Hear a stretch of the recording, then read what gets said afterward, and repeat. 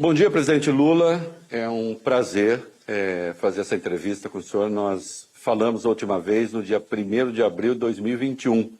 Né? O cenário era outro. Obrigado por ter aceitado essa entrevista para o programa O É da Coisa, na Band News FM, com transmissão também pela Band News TV, extratos na Band, nas plataformas do Grupo Bandeirantes, enfim. Estou aqui contando com o apoio do Grupo Bandeirantes e fico muito feliz de a gente ter essa conversa. Muito obrigado. Reinaldo, primeiro eu queria te dizer que é um prazer estar aqui conversando contigo, porque isso aqui não é uma entrevista. Sim. Como você não é jornalista, você é e não é um perguntador, ou seja, você é uma pessoa que costuma tecer comentários sobre as coisas que você quer perguntar e tecer comentários sobre a resposta que as pessoas te dão. Eu quero que a gente faça uma entrevista que seja a cara do Reinaldo. Não, e vai ser. Não precisa estar bravo comigo, mas a coisa mais verdadeira possível, porque acho que o povo está precisando de muito verdade. Eu sou jornalista, mas eu não sou repórter. Isso aqui não estou... E não demérito repórter, não. A reportagem é o sal do jornalismo, é o que faz o jornalista. Mas eu sou um opinador, né? E, portanto, é claro que as minhas opiniões também vão aparecer aqui. Eu só não quero que elas apareçam mais do que as suas. Aí não pode. Bom, eu quero começar, já falamos um pouco disso no passado, mas o senhor já tinha uma história absolutamente extraordinária, vindo de onde veio, com a origem que tem, presidente 2 vezes, com a importância que isso ganhou no mundo, mais de uma vez divergir, o senhor sabe disso, mas sempre dentro dos limites da democracia. E eu vi agora há pouco, passando pelo saguão de Cavalcante, eu fiquei emocionado. Presidente, o senhor foi preso, condenado, sem provas, por um juiz incompetente, suspeito, e voltou à presidência, 3º mandato. Terceiro mandato, um outro teve um 3º mandato, Getúlio Vargas. Na prática foram 3 mandatos, 2 ditadura e 1 que foi a democracia, terminou como terminou. O senhor é o 3º mandato na democracia. Não é? O senhor tem uma caneta aí, né? Se o senhor puder mostrar essa caneta, em 89, o senhor ganhou essa caneta para assinar a posse de 89, o senhor não ganhou 89. O senhor perdeu em 89, o senhor perdeu em 94, o senhor perdeu em 98. O senhor deve ter perdido a caneta, sei lá, 2002 e 2006. E agora o senhor assinou a posse 2022. Essa trajetória espetacular, o senhor pode falar da caneta, mas a minha pergunta é, como é que o senhor faz para não ter um certo senso de onipotência, assim, de, eu sou Lula, eu posso tudo? Porque seria difícil alguém no seu lugar não ter isso. Eu aprendi muito cedo, Reinaldo, a conviver com a diversidade. Eu muito cedo me transformei num dirigente sindical importante, porque a gente estava num período muito longo sem que os trabalhadores pudessem fazer greve nesse país, quando nós fizemos as primeiras greves de 1978. E eu fui aprendendo a conviver com o crescimento do meu nome, com o crescimento da minha popularidade, mas eu sempre tive em conta que a gente não poderia nunca esquecer o que a gente estava representando, o que a gente tinha compromisso, de onde a gente vinha, para a gente não esquecer a nossa origem. Porque eu sou daqueles que acreditam que a nossa cabeça, ela sempre pensa aonde os nossos pés pisam. Então, toda vez na minha vida, no sindicato, nas vezes que eu perdi, eu sempre dizia o seguinte, é preciso que a gente volte para reaprender, para a gente tentar começar a fazer tudo de novo.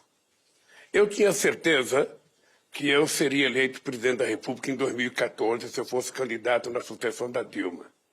E, embora muita gente... O senhor nunca esteve atrás das pesquisas, mesmo preso. Embora muita gente queria que eu fosse candidato naquele período, eu achei que eu tinha que ser muito honesto com a Dilma, e era um direito dela querer ser candidata à reeleição, e ela foi candidata à reeleição.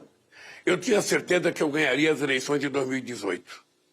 E você se lembra que mesmo no período preso, eu sempre tive em primeiro lugar na pesquisa.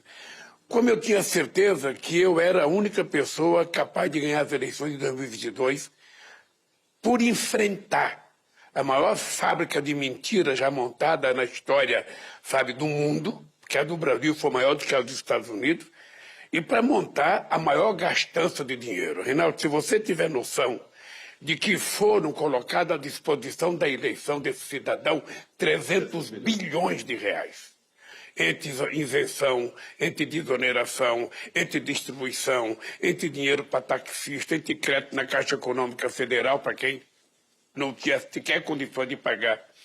Então, veja, eu tinha uma obsessão. Primeiro porque eu queria provar que os meus acusadores eram culpados, porque eu não tinha que provar a minha inocência. Você só prova a inocência quando você comete o crime. Quando você não comete o crime, você não tem que provar nada. Quem tem que provar é quem te acusou. E quem me acusou não provou nada. Eu não vou nem falar desse cidadão que me condenou, porque ele agora entrou na política, agora ele vai mostrar para a sociedade o tamanho que ele tem. Ele entrou na política e tem um vídeo seu, quem está nos assistindo, não interrompe agora não, continua a nos ver, mas depois procura, acha o vídeo no YouTube. O senhor, prestando um depoimento, diz, quando o senhor for político, né, e ele fez meio assim, e o senhor fez ali uma previsão, né, que lamentavelmente se cumpriu. Eu digo lamentavelmente porque ele tinha o dever da isenção. Veja, é que essa gente negava a política o tempo inteiro. Todo mundo que nega a política ganha uma projeção. Mas quando você começa a exercer a política, é que você vai provar o tamanho que você tem. Presidente, senhor, deixa eu fazer um desafio aqui que eu vivo fazendo nas redes. Cadê minha câmera? É essa? Qualquer pessoa que quiser me mandar em quais páginas da sentença do Sérgio Moro estão as provas contra esse senhor aqui. Eu quero as páginas. Eu estou com a sentença toda lá. Já li, reli, fiz esse sacrifício, porque ele escreve muito mal. Quem quiser me mandar as páginas, por favor. O desafio continua de pé. Esse desafio serve para o Sérgio Moro, serve para o TRF4, serve para o STJ. Eu quero as provas, eu não quero as opiniões que essas pessoas pudessem ter a seu respeito. Presidente, o senhor está no terceiro governo, chegando a fim de 2026. Qual vai ser a marca? Se o senhor pudesse resumir. Eu terminei esse mandato para... Outra vez, Reinaldo, outra vez eu assumi um compromisso de acabar com a fome outra vez. Veja, quando eu deixei a presidência da República em 2010, esse país era a sexta economia do mundo. Esse país era a sexta economia do mundo. A gente estava construindo quase 20 mil quilômetros de linha de transmissão. A gente estava construindo 12 estádios de futebol para a Copa do Mundo. A gente estava fazendo as 3 maiores hidrelétricas que estavam sendo construídas no planeta Terra. A gente estava preparando o Brasil para fazer as Olimpíadas. A gente tinha um compromisso de construir 4 milhões de casas, que foi o maior programa habitacional. Então eu imaginei que esse país ia dar um salto de qualidade que, sabe, em 2022 esse país deveria estar muito maior, esse país deveria ser a quinta economia, a quarta economia do mundo. Entretanto, o país andou para trás. Então eu volto à presidência em 2023 e eu encontro 33 milhões de pessoas passando fome. Eu encontro a maior quantidade de empregos informais que esse país já teve. Empregos informais, o teu pai deveria tratar isso como bico, ou mais antigo, biscate. Não é emprego quando ele é informal, porque o cidadão não tem nenhum sistema de seguridade social. Ele pensa que está trabalhando, mas quando ele sofre um acidente qualquer, ele percebe que ele está totalmente desprotegido. Então eu encontro um país numa situação muito pior do que eu peguei em 2003. E eu assumi outra vez o compromisso de acabar com a fome. Então eu vou dizer exatamente o que eu disse em dezembro de 2002, quando eu ganhei as eleições. Se ao terminar o meu mandato, no dia 31 de dezembro de 2026, e eu tiver garantido que cada brasileiro esteja tomando café, almoçando, jantando, trabalhando e as crianças estudando, eu já terei cumprido outra vez, sabe, a minha crença com o povo brasileiro, porque eu tenho uma causa que é esse povo. Esse povo mora num país grande, esse povo nós provamos que é possível aumentar o salário mínimo e não causar inflação, nós provamos que é possível colocar o pobre na universidade e por isso nós criamos o Reúne e fizemos 2 milhões de estudantes com FIES. É por isso que nós fizemos muitas universidades nesse país. Você veja, eu sou o único presidente que nunca tive um diploma universitário e sou o presidente que mais fiz universidade, que mais fiz escolas técnicas, que mais coloquei estudantes na Universidade Brasileira. Então, se ao terminar o meu mandato a gente tiver recuperado a normalidade no Brasil, sabe o que é normalidade? As pessoas viverem sem medo. As pessoas deitarem na cama, sabe, seguras de que não vão ser violentadas. Sabe? As pessoas levantarem de manhã e saber que tem um trabalho, que tem um café da manhã. Se eu conseguir tudo isso, eu estarei cumprindo com a minha missão, sabe, no planeta Terra. Presidente, o senhor tem um adversário importante, chama-se Lula. O Lula 1, como se diz por aí. Lula do primeiro mandato. O Lula do segundo mandato. E aí, assim, então as comparações são feitas agora. Me parece inegável, há um quase consenso até entre economistas mais à esquerda, que a coisa desandou um pouco a partir de 2011, enfim. Que erros não cometer na hipótese de que o senhor considere que se cometeram erros depois da sua saída? E eu não estou querendo demonizar ninguém. Não, mas deixa eu lhe contar uma coisa. É bem possível que eu tenha cometido erros, e talvez muitos erros. De vez em quando as pessoas pedem para eu fazer autocrítica, eu falo, não, por que eu tenho que me autocriticar? Outro faz. Me critica você. Sabe? Deixa a oposição me criticar. A verdade é que a companheira Dilma pegou uma crise internacional mais violenta em 2012, 2013, uma crise muito violenta. E a verdade é que depois a gente fez uma série de desonerações e a gente não conseguiu recuperar a economia. Quando ela tentou mudar em 2012, que ela mandou uma medida provisória para o Congresso não aceitou a medida provisória de fazer algumas mudanças que ela queria. Então, a gente se perdeu um pouco, ou seja, e aí veio, sabe, o Eduardo Cunha, sabe, que foi o karma da Dilma, ou seja, porque ele trabalhou o tempo inteiro para prejudicar a Dilma, o tempo inteiro para não aprovar as coisas boas, o tempo inteiro para colocar emendas que piorassem as coisas boas que ela mandava para o Congresso Nacional. E aí começou toda uma briga do impeachment, ela então não se governou mais esse país. Tá? O que eu posso dizer para você, Reinaldo, conversando com o povo brasileiro? Eu só votei porque eu acredito que é possível fazer um governo melhor do que eu fiz em 2003 e 2010. Eu acredito nisso, vou trabalhar para isso, vou me dedicar para isso, vou conversar com todo mundo para isso e sou incansável. Vou trabalhar 24 horas para que, quando terminar o meu mandato, eu possa andar de cabeça erguida nesse país, dizendo, cumpri com a minha missão com o povo brasileiro, não tem mais ninguém na fila do osso. Não tem mais ninguém deitado sem tomar um copo de leite. Não tem mais nenhuma criança desnutrida nesse país. Esse é o meu compromisso e isso eu vou cumprir. Presidente, eu vou querer falar daqui a pouquinho de combustíveis em seguida, mas eu não quero perder o gancho, porque é importante. O senhor lembrou Eduardo Cunha, Dilma. Muitos o criticam por uma base de apoio que o senhor está procurando fazer, bastante larga, acenando até para partidos que ainda não estão na base de apoio. E eu me lembro na nossa entrevista de 1º de abril de 2021, quando eu toquei no assunto Centrão, o senhor disse, os políticos do Centrão são políticos eleitos, eles merecem respeito. O senhor acha que essa crítica toda que há ao Centrão, a busca, a tentativa de ampliar a base de apoio, ainda é um resquício do ódio à política ou não? Olha, a primeira vez que foi criado o Centrão foi em 1988, por ocasião da Constituinte. Eu lembro que o Mário Roberto Covas, Cardoso Alves era um... Eu lembro que o Mário Covas estava na comissão de sistematização e os setores progressistas da sociedade estavam tendo muitos avanços, muitas conquistas. Aí então o Roberto Cardoso Alves, do Fiuza, resolveram então articular um grupo de direita para evitar os avanços da esquerda. E eles conseguiram o intento porque eles tinham maioria. O Centrão não é um partido político. O Centrão é um movimento que se junta de acordo com os interesses momentâneos. Aí eu tenho dito o seguinte, a gente não conversa com o Centrão, a gente conversa com o partido político. Qual é o problema que o povo tem que entender na política, Rinaldo? Eu acho que todos nós que falamos para a imprensa e vocês, comunicadores, precisam ensinar o povo. Ou seja, um presidente da República, ele governa com quem é eleito. Ora, as pessoas que estão eleitas no Congresso Nacional são o resultado do grau de consciência política do povo no dia da eleição. No dia que o povo foi para a urna votar para deputado, para senador, para governador, para presidente, a cabeça do povo estava com pensamento. Nessa última eleição, cheia de muita mentira, cheia de muito fake news. Olha, então o povo se comportou de acordo com a informação que ele tinha.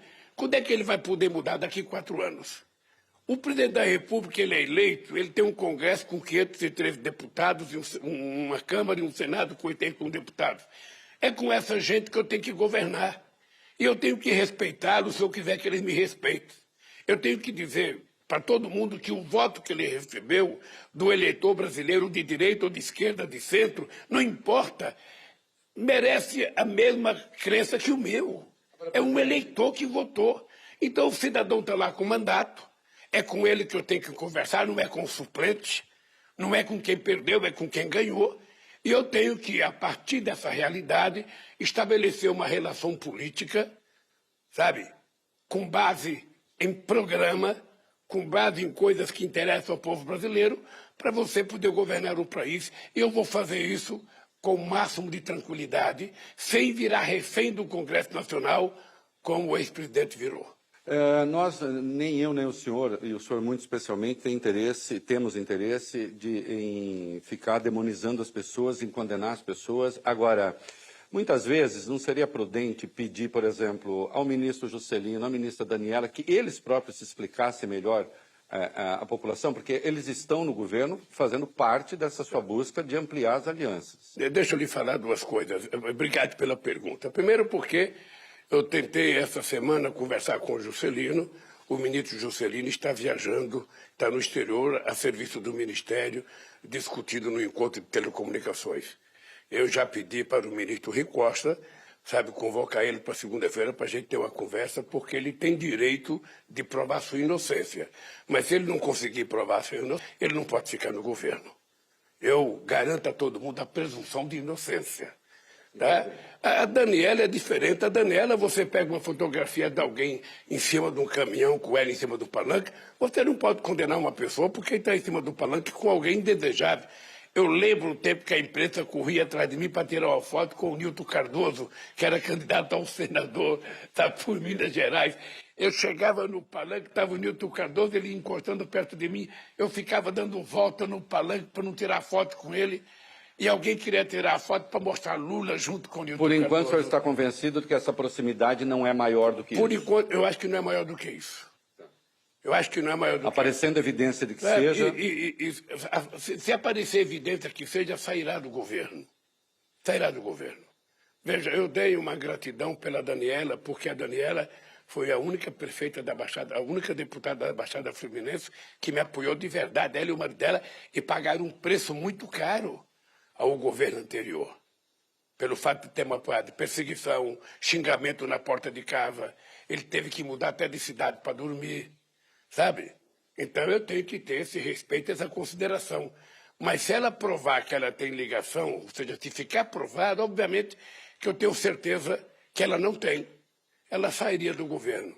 E o Juscelino a mesma coisa, e para qualquer um outro. Todo mundo que for acusado de alguma coisa tem o direito de provar sua inocência. Sabe, se ele for inocente, ele ficará no governo. Se ele for culpado, ele sairá do governo. Presidente, vamos dar um salto aqui, houve a reoneração dos combustíveis em padrões diferentes daquilo que se tinha. Para conseguir os tais dos 28,9 bilhões, um imposto sobre a exportação de óleo cru por 4 meses, tudo isso está no MP, que tem que ir para o Congresso. E se fala, a ala econômica venceu a ala política. Eu acho que pressão política é legítima, é parte do jogo, ainda é coisa da demonização da política. Mas eu acho que isso está dado, né? O que me interessa, e eu estava ontem no hotel, eu não sabia se eu saía para comemorar, gritar, ou se eu assim, está aí um problema.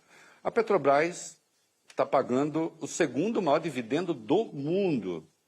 Eu estou quase orgulhoso. A gente tem a maior pororoca, a gente tem... e tem o segundo maior dividendo do mundo. 215,8 bilhões em 2022, 35,8 bilhões no último trimestre.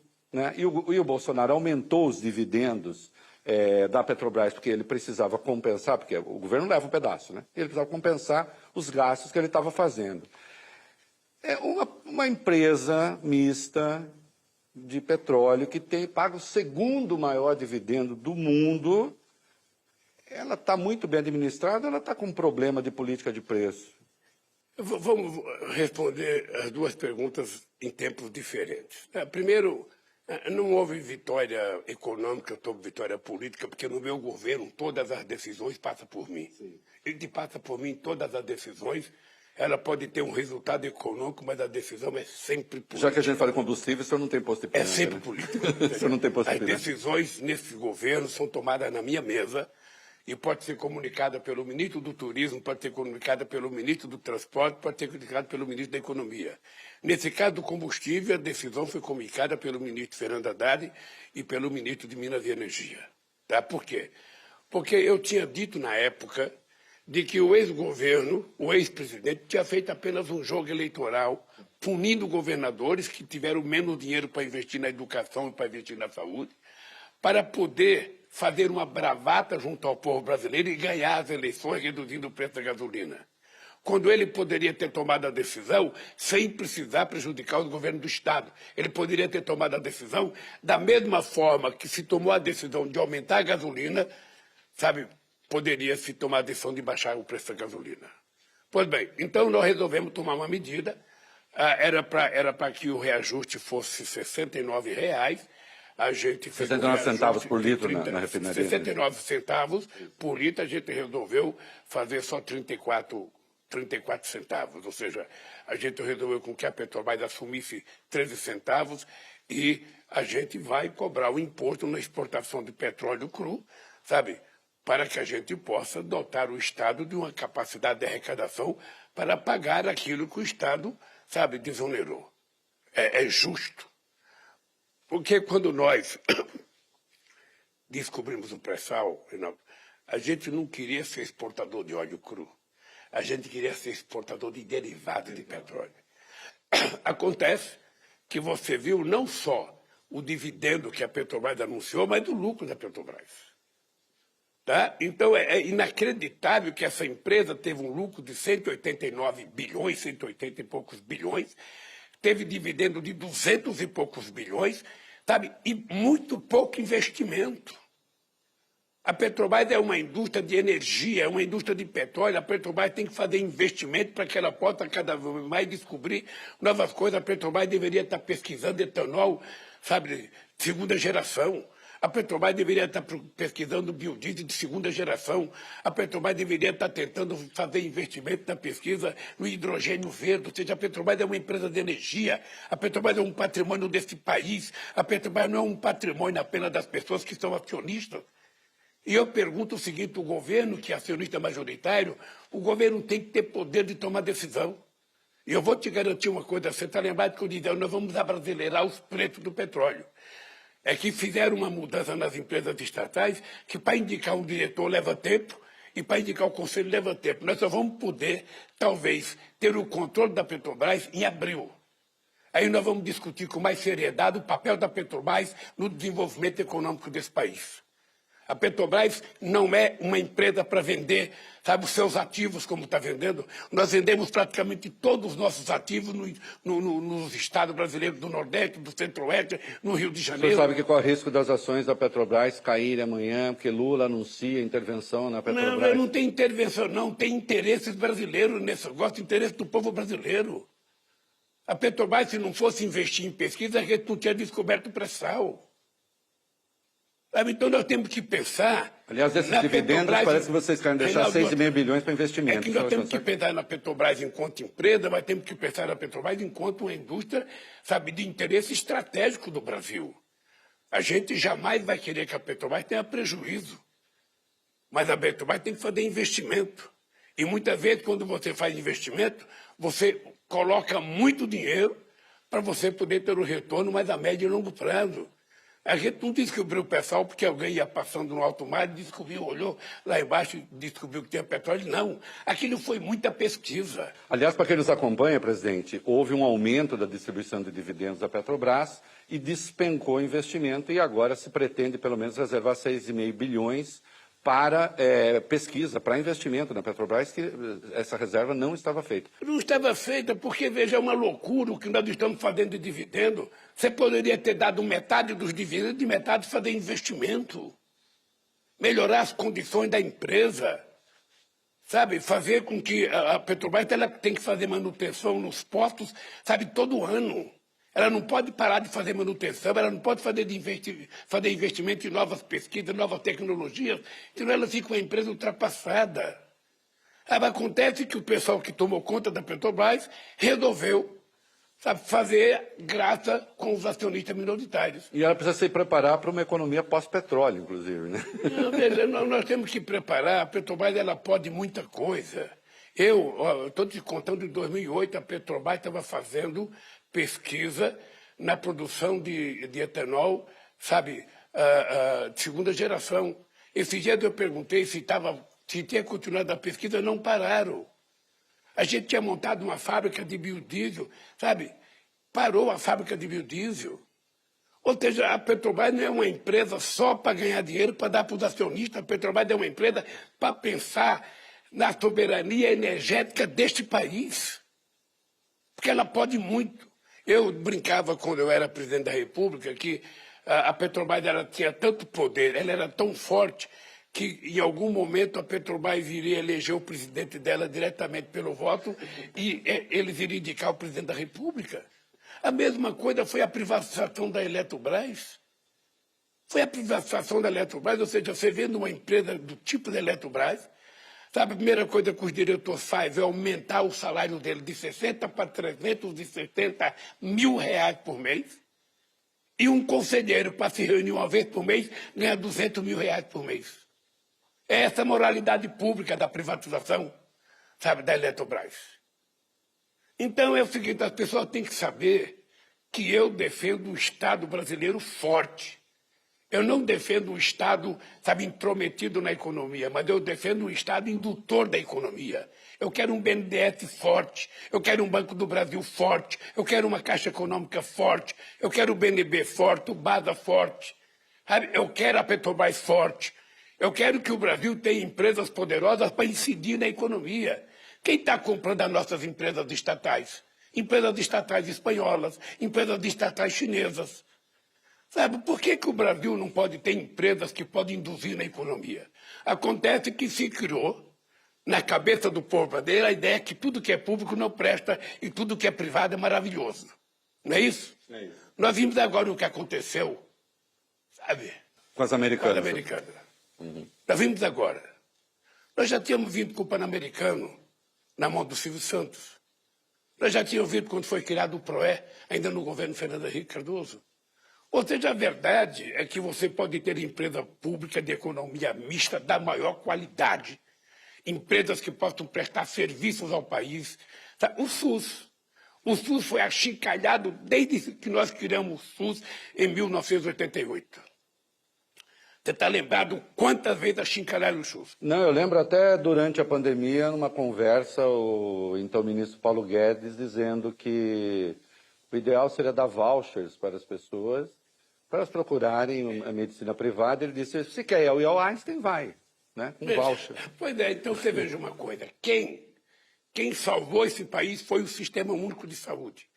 E é importante as pessoas lembrarem que o Brasil é o único país com mais de 100 milhões de habitantes que tem um sistema único de saúde, que atende gratuitamente as pessoas, que faz cirurgia gratuita para as pessoas e, sobretudo, transplante. E que dá remédio de graça à maioria do povo brasileiro. Presidente, eu vou falar de um outro ente que também, o senhor disse da Petrobras, né? Qualquer dia vai ter eleição direta para presidente da Petrobras, eles vão dizer o que fazer. Vou dizer de um outro ente que muitas vezes parece ser tratado como, na verdade, o chefe da República, né? O Banco Central, eu não estou querendo demonizar ninguém, mas eu sempre me comovo quando vejo o presidente do Banco Central dizendo que é preciso ter boa vontade com o governo, né? Na minha cabeça, no máximo, o governo poderia ter boa vontade do presidente do Banco Central. O senhor venceu o debate dos juros, porque hoje um monte de gente que dizia que a política é essa mesma, dizendo não dá mais, o varejo está quebrando, o crédito está secando e é preciso rever a política de juros. Não é? Eu quero saber, intelectualmente o senhor venceu o debate, agora o senhor apanhou, que foi uma beleza, né? Em todo canto. Por que foi o senhor a levantar a questão? Na verdade, eu apoiei da Faria Lima. Porque a Faria Lima ganha muito com juros altos. Ela vive disso. Agora, é o seguinte, Agora, veja, qual é a explicação? Qual é a explicação de você ter juros de 3,75 num país em que a economia não está crescendo? Num país em que a economia não está crescendo? Saiu o PIB do último trimestre negativo, ou seja, portanto, a economia brasileira não cresceu o ano passado. Apesar da fanfarrice do Guedes, não cresceu. Então você tem uma economia que não está crescendo, você tem o desemprego que está em emprego, sabe, informal, com os trabalhadores ganhando pessimamente mal, porque a massa salarial caiu muito. Você não tem crédito, o crédito está escasseando, logo nós poderemos ter uma crise de crédito. E eu queria uma explicação apenas por que o juro está atrás de 75. Eu até não ligo muito para essa coisa de Banco Central, independente ou não independente, autônomo ou não autônomo. Eu fui presidente 8 anos, o Meirelles foi presidente do Banco Central, e ele tinha autonomia. Ele tinha autonomia, mas tinha responsabilidade. A responsabilidade dele é saber o seguinte: esse país tem uma pessoa que foi eleita para presidir o país. Mesmo assim, essa pessoa não tem autonomia. Eu tenho que prestar contas ao Congresso Nacional. Eu tenho que prestar contas à Câmara, eu tenho que prestar contas ao Senado, eu tenho que prestar contas ao Tribunal de Contas da União e tenho que prestar contas à sociedade brasileira, tenho que prestar contas aos meios de comunicação que vive toda hora cobrando. Ora, por que esse cidadão que não foi eleito para nada, ele acha que ele tem o poder de decidir as coisas e ainda eu vou pensar como é que eu posso ajudar o Brasil? Não, você não tem que pensar como ajudar o Brasil, você só tem que pensar como reduzir a taxa de juros, para que esse país volte a ter crédito, para que a economia volte a funcionar. É isso que tem que fazer. E isso não é bravata minha, porque eu também não tenho interesse de ficar brigando com o presidente do Banco Central. A única coisa que eu acho é o seguinte: esse país não pode ser refém de um único homem. Essa hora, porque todo mundo tem uma entrevista na cabeça, né, com o Lula. Por que não perguntou tal coisa? Nessa hora, Reinaldo se calou. É que eu concordo. Eu não só concordo, como eu acho que o senhor também, né, procurou saber quando é que juro alto corrige inflação ali provocada pela oferta, que não é inflação de demanda. E eu não encontrei explicação até hoje. E a explicação não existe. Não tem explicação. Então está na hora de baixar a taxa de juros, eu acho. Deixa eu lhe falar uma coisa. Eu acho que ele tem que fazer o trabalho dele. Mas o trabalho dele, efetivamente, ele tem 3 obrigações que foi determinada na lei que aprovou a autonomia do Banco Central. Ele tem que estar preocupado com a inflação, mas ele tem que estar preocupado com o emprego e preocupado com o crescimento da economia. Ele não pode esquecer as outras coisas e ficar estabelecendo um plano de metas que ele sabe que não vai cumprir. Está na lei que instituiu a autonomia do Banco Central, na lei complementar. É lógico que veja, e como lembrou o presidente do Conselho do Bradesco, também é o que faz o Banco Central Europeu, também é o que faz o Fed americano, se preocupar com essas 3 coisas.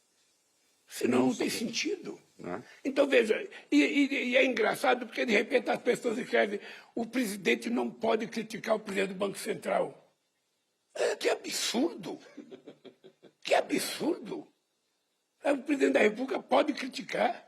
O que eu não posso é ser leviano e dizer coisas que não sejam verdadeiras. Eu estou dizendo a máxima verdade. Não existe explicação para a taxa de juros ser 13,75. Não existe excesso de consumo, não existe inflação de consumo nesse país, a economia não está crescendo, o povo não está comendo. Então não tem nenhuma razão de juros altos, apenas isso. Juros reais de 8%, com os Estados Unidos ainda juro negativo, está passando, mas o europeu está negativo. Está cheio de juro negativo, sabe? Então não tem explicação. Eu quero que ele entenda que ele precisa dever explicação ao povo brasileiro. Ele que vai para a televisão e explica: não, o juro a 3,75% é maravilhoso, é extraordinário. A gente viveu numa época quando esse juro já teve a 49%, quando Arlindo Fraga era presidente do Banco Central, Quando eu cheguei, ele foi nos primeiros meses a 26% de juros. Um trabalho imenso para a gente reduzir a taxa de juros. O Brasil não tinha credibilidade, o Brasil não tinha crédito, o Brasil devia para o FMI. Nós fizemos todo um trabalho para tornar esse país sério. Todo um trabalho. Esse país ganhou investimento grande 2 vezes no meu governo. 2 vezes. A gente não tinha credibilidade para nada. O Malera, ministro da Fazenda, vivia em Washington tentando pedir audiência com o FMI, não conseguia audiência, não era recebido. Não sei se você está lembrado do tempo que dizia um casal de americanos aqui do FMI para fiscalizar as contas brasileiras. Nós acabamos com isso, esse país virou grande, esse país virou respeitado. Esse país não é uma republiqueta de bananas que precisa ser tratado como se fosse, sabe, uma coisinha pequena. O Brasil é grande. E essa é uma coisa que eu vou fazer, Renato. Essa é uma coisa que eu vou fazer. Eu vou te contar uma coisa. Eu vou recuperar o prestígio internacional do Brasil. O Brasil vai voltar a ser protagonista internacional outra vez. A gente vai ter mais investimento direto, investimento externo direto aqui no Brasil. E a economia vai voltar a crescer. Eu vou te dar um exemplo. Nós estamos retomando agora todas as obras do Minha Casa Minha Vida, que estavam paradas, e vamos assumir o compromisso de produzir mais 2 milhões de casas. A gente vai começar agora a reconstruir todas as obras que estavam paradas na área da educação. São quase 4 mil obras. Eu vou te dar um número. Nós anunciamos agora, eu fui a Sergipe, dar início ao começo de uma obra que estava paralisada desde o meu tempo da presidência. Nós fomos dar início a essa obra e nós anunciamos ao Brasil 23 bilhões de investimento em obras de infraestrutura. Isso em apenas um ano. É mais do que o cidadão que saiu anunciou em 4 anos. Ou seja, em um ano, a gente está fazendo mais investimento em infraestrutura do que ele fez em 4 anos. E vai ser assim na educação, vai ser assim na saúde, vai ser assim no transporte, vai ser assim na economia brasileira. Você vai perceber que a economia vai voltar a crescer porque a gente vai colocar esse país para trabalhar. Nós estamos reorganizando a sociedade. Estamos tentando fazer com que as coisas voltem à normalidade. Vamos cuidar da agricultura familiar, vamos fazer outra vez o PAA, vamos fazer o PNAE. Nós vamos colocar dinheiro para circular, sabe, no setor produtivo, investindo muito em pequenas e médias empresas, em pequenos e médios empreendedores, na agricultura familiar, na média agricultura. Porque é assim que esse país vai voltar a crescer. Presidente, o senhor falou da presença internacional do Brasil. O senhor já esteve na Argentina, no Uruguai, nos Estados Unidos, falou com o Macron, recebeu Olaf Scholz, John Kerry estava aqui até há pouco. O senhor vai para a China, vai se encontrar com Xi Jinping dia 28. Depois tem Portugal, enfim, países africanos. Em agosto tem reunião dos BRICS. Agosto, reunião dos BRICS da África do Sul. O Brasil voltou, como se diz, né? E parece que hoje o senhor tem um telefonema importante, não tem? Hoje eu vou conversar com o presidente da Ucrânia. Isso. Quando isso aqui for ao ar, o presidente já terá conversado com o presidente Zelensky. E eu vou conversar com ele o que eu já conversei com o Biden, o que já conversei com o Macron, o que eu já conversei com o Olavo Scholz. Ou seja, eu tenho proposto a eles que é preciso criar uma espécie de G20 para discutir a paz. Porque só tem gente discutindo guerra. Então é preciso criar um grupo de países que se disponha a discutir, tanto com o presidente da Ucrânia quanto o presidente da Rússia, o estabelecimento de paz. Porque a Europa está financiando a guerra, está colocando dinheiro, todo dia anuncia dinheiro, os Estados Unidos todo dia anuncia dinheiro, ou seja, e não tem ninguém falando em paz. Então, o Brasil está se colocando para discutir paz. A gente quer juntar a China, vou conversar com o Xi Jinping isso. Hoje eu vou conversar com o presidente sobre isso, ou seja, vou discutir. Se for necessário, discuto com o Putin sobre isso. E tenho discutido porque é preciso a gente entender que primeiro a gente tem que parar a guerra. Depois que a gente parar a guerra, a gente vai negociar o que vai acontecer. Quando o senhor falou de criar o grupo, a extrema-direita e alguns especialistas no próprio pensamento, que se travestem de especialistas em política internacional, resolveram ironizar. Olha o Lula aí achando que pode acabar com a guerra. Eu queria que o senhor falasse um pouco sobre como foi a reação quando o senhor falou de criar esse grupo para discutir um possível cessar-fogo. Primeiro é importante o seguinte, porque tem muita gente que fala muita bobagem, tentando passar a ideia de que entende e não entende de nada. Veja, é o seguinte, você tem que encontrar alguma coisa que possa justificar você retomar a paz. Veja, e a guerra já está há 1 ano. Essa guerra está influenciando muita coisa do mundo. Aqui o Brasil está sendo vítima dessa guerra. Aliás, parte da inflação que está aqui no mundo... Parte da inflação no mundo é por conta dessa guerra. Então, não dá para todo mundo ficar olhando. Sabe, alguém tem que chamar para conversar. Eu vou te contar um exemplo. O acordo do Irã, que o Celso Amorim e eu e o presidente da Turquia fomos fazer. Quando a gente decidiu ir conversar com a Ahmadinejad, o Obama não queria que a gente fosse, a Angela Merkel não queria que a gente fosse, o Xi Jinping não queria que a gente fosse, o Medvedev não queria que a gente fosse, apenas o Sarkozy naquele tempo concordava que a gente fosse lá. Quando eu cheguei em Teherã, eu tinha recebido 2 telefonemas do Obama de que eu ia ser enganado porque não dava para fazer acordo com a Ahmadinejad. Nós fomos lá e fizemos o acordo de enriquecimento de urânio igualzinho o Brasil tem. E eu disse para a Ahmadinejad, eu desejo para você o que o Brasil tem. E na nossa Constituição está garantido que a gente não quer, sabe, a questão de arma nuclear. É isso. E ela assinou o acordo.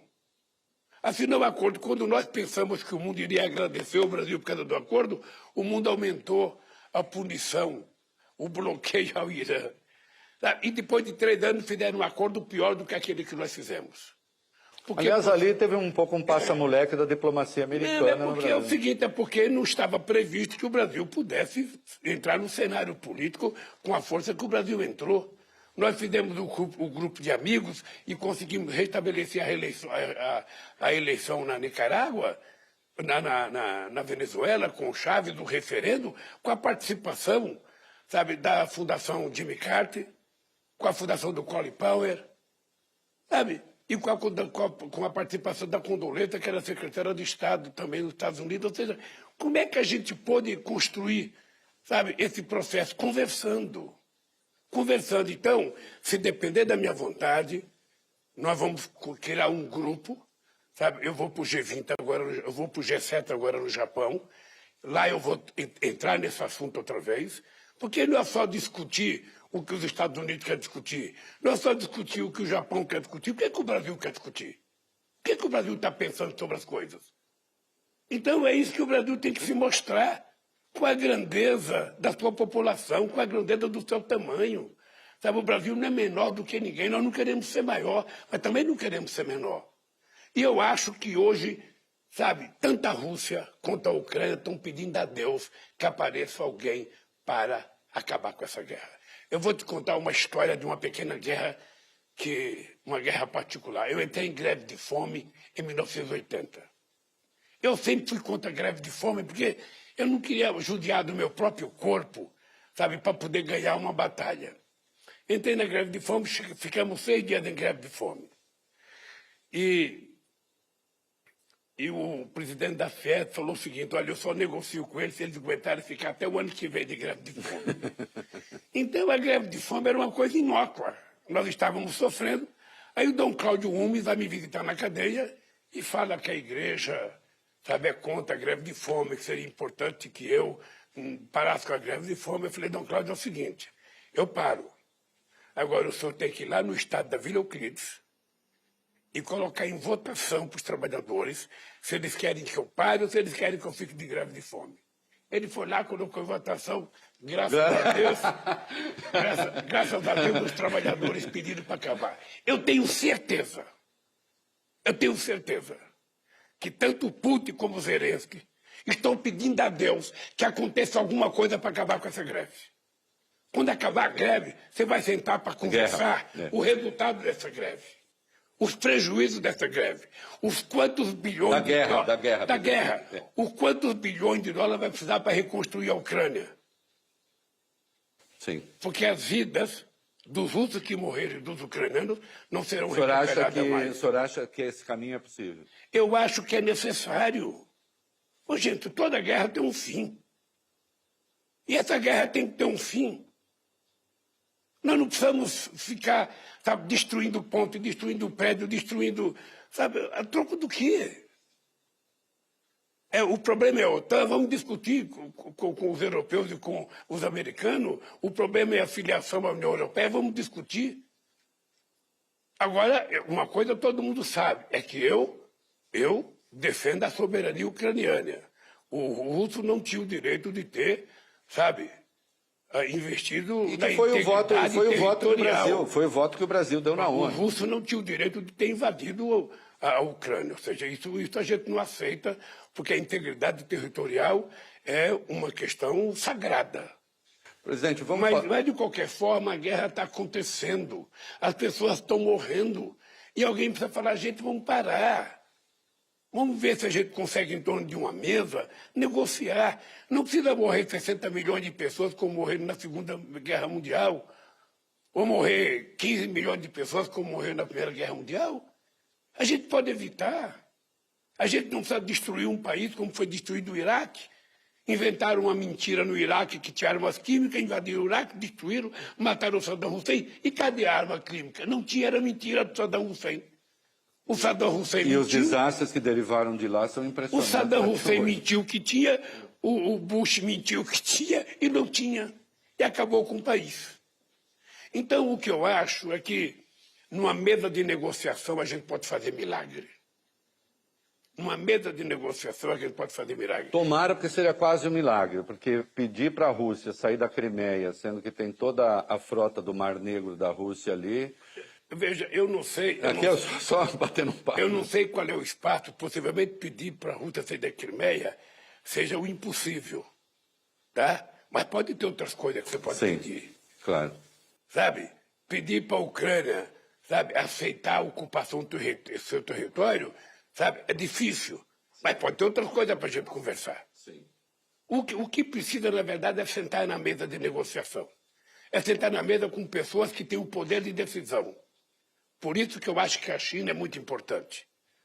Por isso que eu acho que o presidente Xi Jinping não pode ser um olheiro. Ele tem que ser um ator. E ele pode influenciar tanto na Ucrânia, quanto influenciar na Rússia e quanto influenciar no debate dentro dos Estados Unidos. É isso que eu quero conversar. Tomara que Agora, seja bem para seguro. alguns brasileiros que têm complexo de vira-lata, que acham que o Brasil não pode nada, que acham que o Brasil é pequeno, que acham que, sabe? Esses não acreditam em nada. Expressão do Nelson Rodrigues. Eu lembro que tem um tipo de brasileiro, sabe, que acha que o Brasil não pode nada, que o Brasil tem que acatar tudo que os Estados Unidos falam. Eu não sei se o senhor sabe essa expressão, complexo vira-lata, o Nelson Rodrigues criou quando ele está escrevendo sobre o Pelé. O Pelé está com 17 anos e ele diz assim... O Pelé, ele tem majestade, né? E quando o Pelé chegar lá na Suécia, o Pelé vai estraçalhar, como ele estraçalhou, né? E disse assim, e finalmente acabará o complexo de vira-lata, né? O Pelé era um pouco um exemplo do não vira-lata, né? Daquele que se impõe, e se impõe pelo talento. Olha, Reinaldo, é uma coisa muito engraçada. Eu vou te contar um episódio. Na primeira reunião que eu fui participar do G8, eu fui convidado pelo Chirac. Foi na cidade de Evian.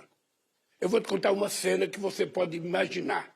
Vai passar um filme na tua cabeça. Imagina, chega em Evian, um metalúrgico, só tem o quarto ano primário e o curso do Senai, não fala uma palavra em inglês, entende meia dúzia de palavras em espanhol, e eu olho para dentro de uma sala e está lá todos os presidentes, o rei Abdallah da Arábia Saudita, o Bush, o Tony Blair, o Chirac, todo mundo. E não podia entrar intérprete comigo. Eu fiquei pensando, meu Deus do céu, como é que eu vou entrar? Eu não entendo uma palavra, e o meu intérprete falou assim para mim, presidente, não tem problema, você entra lá, bota aquele aparelho aqui no ouvido, que se você tossir, eu vou tossir por você. Uhum.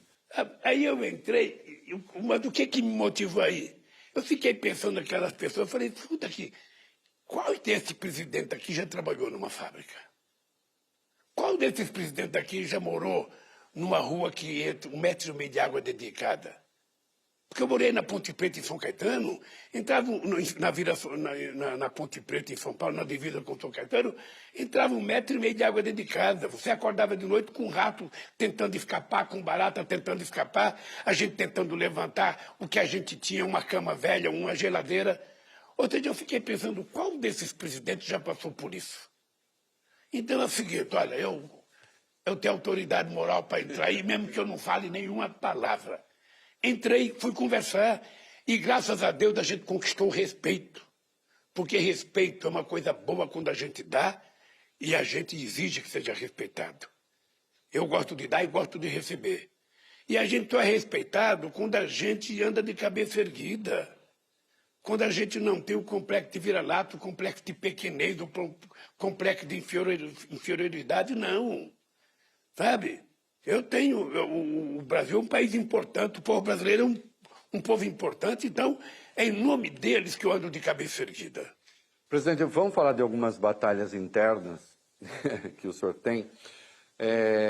O senhor vai indicar 2 nomes para o Supremo. Né? E aqui eu quero fazer algumas considerações. O Supremo, eu acho que ele já foi extremamente injusto com o senhor e já foi extremamente justo. Né? Houve as 2 coisas. Ele estava falando, já sei onde isso vai dar. Sim, vai ler mesmo. Eu lembro que quando ele foi negado o habeas corpus preventivo, que possibilitou sua prisão em 2018, foi negado por 6-5, né? E 5 dos 6 votos que negaram eram de indicados, ou pelo senhor ou pela Dilma, e dos 5 que votaram a favor do habeas corpus, 3 não eram indicados, não eram indicações do PT.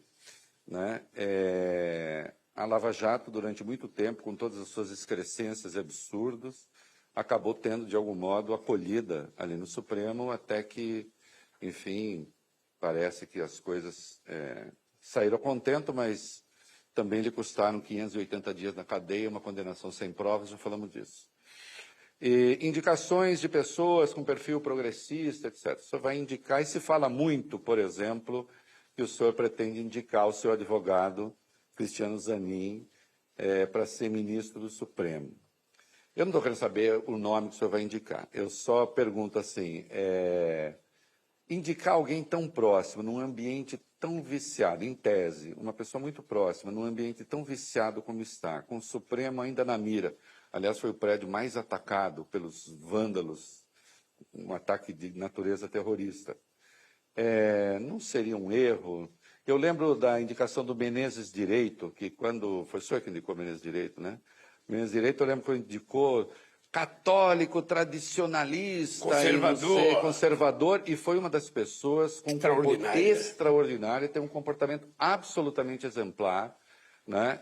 Eu lembro, inclusive, em Raposa Serra do Sol, o voto guia foi o voto dele. Né? Não seria melhor, assim... tem que ser anti-lavajatista. Anti-lavajatista, eu não sei. Legalista, eu espero que seja. Legalista, eu espero que seja. Reinaldo, deixa eu te contar uma coisa. Você sabe que eu, durante muito tempo, eu tive dúvidas sobre a ressurreição. E hoje eu acredito na ressurreição porque eu sou um cara que ressuscitei. Eu não sei se existe algum político na história do Brasil que resistiria ao massacre que eu resisti. Acho que não. Eu tive, só de Jornal Nacional, em 9 meses, 13 horas de destruição da minha imagem. Eu tive 59 páginas de revista. Eu tive 680 primeiras páginas de jornais, fora a dezenas e centenas e milhares de matérias de rádio. Então eu acredito em Deus, porque quando eu fui para a Polícia Federal, eu resolvi de que eu ia sair de lá maior do que eu entrei. E quem tinha me condenado ia ficar menor do que era quando me condenou. E aconteceu exatamente isso. Com muita paciência, com muita meditação, com muita crença, com muita leitura, sabe? Mas a paciência é a coisa sagrada nisso. Eu sei que muita gente que votou contra a favor, aquele TRF4, eles votaram sem ler. Aquilo votaram porque votaram. sabe? Porque era preciso me condenar. Nem leram a peça. Nem leram. Os 4 votos iguais. Se leram, não sei, que as provas não estavam lá. Aqui na Suprema Corte teve gente que votou pressionado pela imprensa, porque a imprensa, você como um comunicador sabe o papel que a imprensa joga na cabeça das pessoas. Ninguém quer sair no Jornal Nacional, sabe, sendo conivente com alguém que está sendo acusado de culpado. Porque o que eu queria era que me desse a presunção de inocência. Eu só queria isso. Sabe? Então, eu votei.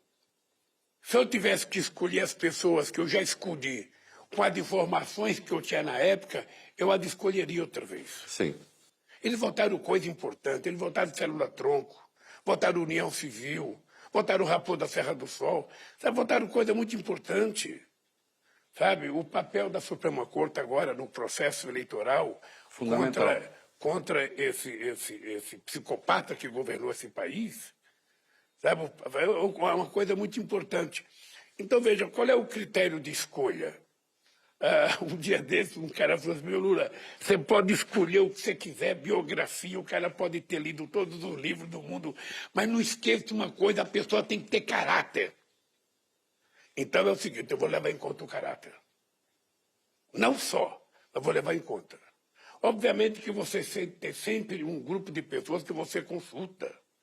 Sabe, eu consulto muita gente, eu consulto outros advogados, eu consulto gente de outros estados, eu consulto muita gente para saber, olha, o Reinaldo, eu estou pensando em indicar o Reinaldo. É uma ideia. O que você acha dele e tal?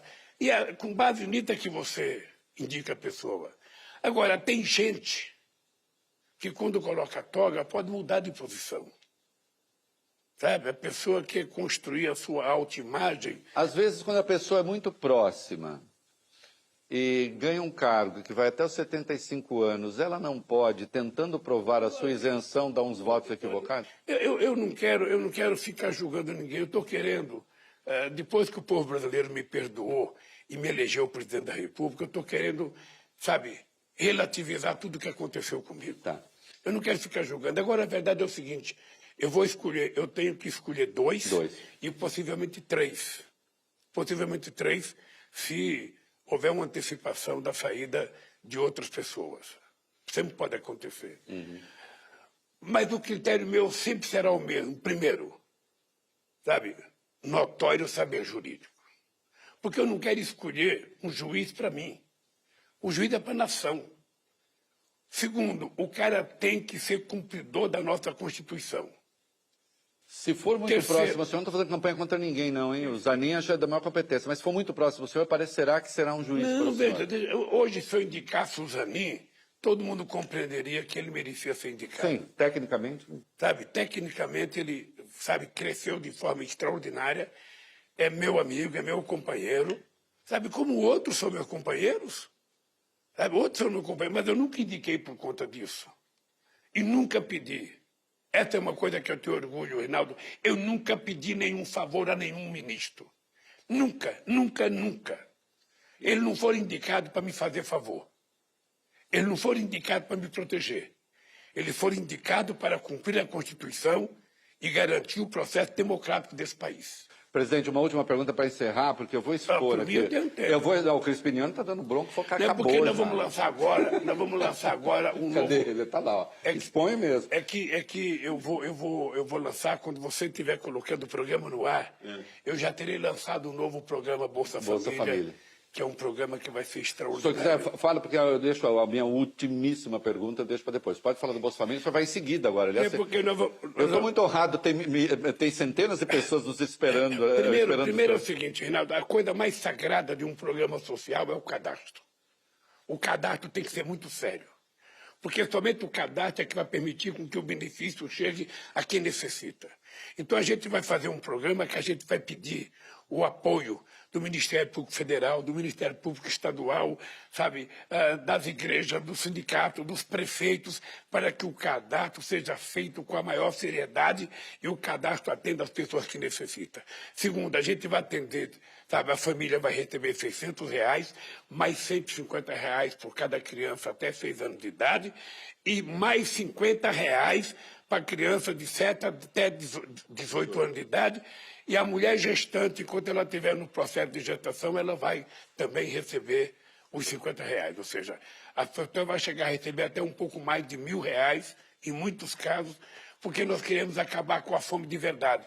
Mas essa é apenas uma parte da nossa política de combate à fome. Porque, junto com isso, vem política de crédito, junto com isso, vem política de compra de produto da agricultura familiar, junto com isso vem o fortalecimento da agricultura familiar, junto com isso vem a lei que obriga as prefeituras a comprarem 30% do alimento da merenda escolar, sabe, da agricultura familiar. Junto com isso vem o reajuste da merenda escolar, que faz 7 anos que não é reajustado. 7 anos. Que está lá na PEC, naquela PEC que não então, queriam. Eu até queria te convidar, sabe, que você um dia convidasse o ministro Wellington Dias, que é o ministro... Quero falar com ele, até porque, presidente, é importante informar que 1,5 milhão de pessoas saíram do cadastro porque estavam irregularmente no cadastro único. Pessoas estavam recebendo de forma irregular. Então, deixa eu te falar uma coisa. Eu até não gosto de falar quem vai sair. Eu gosto de dizer o seguinte, vai entrar todas as pessoas que tiverem condições e direito de entrar. Quem não tiver, não entra. E quem tiver de forma errada vai sair. É, porque houve, né? É isso. E, presidente, para a gente encerrar, não posso deixar de fazer essa pergunta. Em setembro tem a troca do Procurador-Geral da República, né? Olha a última pergunta. Foi na sua gestão que começou a indicação daquele que vencesse a lista tríplice da ANPR, Associação Nacional dos Procuradores da República, que é um sindicato. Eu sou contra eleição direta para procurador. Já me manifestei a respeito, estou eu opinando. Nós tivemos um desastre, o desastre da Lava Jato, com um procurador eleito, na ANPR indicado, e nós tivemos o desastre da omissão com um procurador não eleito. Qual vai ser o critério, senhor? Olha, deixa eu te falar uma coisa. O critério, eu vou primeiro pensar muito com a minha consciência, a partir da experiência que eu tive. Todos que eu indiquei foram eleitos pela categoria.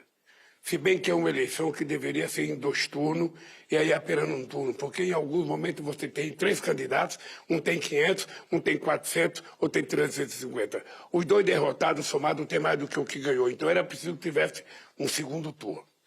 Eu vou pensar muito. O critério vai ser um critério pessoal, de muita meditação, vou conversar com muita gente. Eu só espero escolher, sabe, com a graça de Deus, um cidadão que seja decente, digno, de muito caráter, e que esse cidadão seja respeitado pelos bons serviços prestados ao país. Eu não penso mais em lista tríplice. Não penso mais. Sabe? Esse não é mais o critério que eu pensava, porque quando eu vim para a presidência, eu trouxe a minha experiência do sindicato. Então, tudo para mim era lista tríplice. Já está provado que nem sempre a lista tríplice resolve o problema. Então, eu vou ser mais criterioso para escolher o próximo Procurador-Geral da República. Uma última palavra para encerrar, ou tá bom?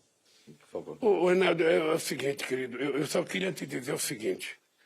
Eu tenho 4 anos da minha vida para dedicar a esse país. Eu quero te dizer... Eventualmente mais 8? Eu quero te dizer que eu quero dedicar... Eu sou um cara que tem muita resistência física. Muita resistência física. Eu gosto muito de trabalhar e vou me dedicar para fazer esse país voltar à normalidade. Esse país precisa jogar fora o ódio, a violência. Você viu um cidadão outro dia jogando snooker, pega uma arma e mata 7 pessoas. Outro dia um cidadão no supermercado pega um carrinho e joga em cima de uma mulher.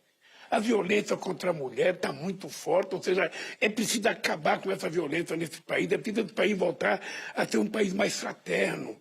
Os seres humanos precisam voltar a ser humanistas. A gente tem que pensar um pouco com o coração, não apenas com a cabeça. O povo está raivoso. O mundo da mentira está ganhando do mundo da verdade. E nós precisamos diminuir isso, acabar com isso. Então a minha briga contra o fake news é uma briga também que eu vou tentar levar, não aqui apenas internamente, mas vou tentar levar a nível internacional, porque para controlar isso somente uma ação internacional. E parece que esse debate está ganhando o mundo e bem. E é um debate que vai ter que ser, ou no G20, ou no G8, ou na ONU, nós vamos ter que discutir esse assunto. E eu só queria, Reinaldo, que você, sabe, toda vez que eu precisar contar alguma coisa para o povo brasileiro, vou ter que falar, Reinaldo, olha, estou precisando dar uma entrevista e você pergunta o que você quiser. Eu quero te agradecer. Como eu perguntei hoje, muito obrigado. Agradecer. Um dos momentos mais emocionantes foi aquela entrevista que nós fizemos quando eu saí da Polícia Federal. Foi uma coisa muito marcante. Para mim também. Agora eu posso te contar por que foi marcante, porque, sabe, você era tido como um crítico ferrenho, sabe? Eu dizia, mas é uma pessoa assim que eu preciso da entrevista. Eu preciso da entrevista de uma pessoa que possa provocar um debate para a gente poder restabelecer a verdade nesse país. E eu acho que o Brasil precisa de mais comunicadores com o teu caráter, com a tua coragem e com a força de dizer a verdade que você diz. Se o Brasil tiver mais gente assim, a gente vai poder consolidar esse país como um país verdadeiramente democrático. Portanto, obrigado. Obrigado, presidente. Muito obrigado.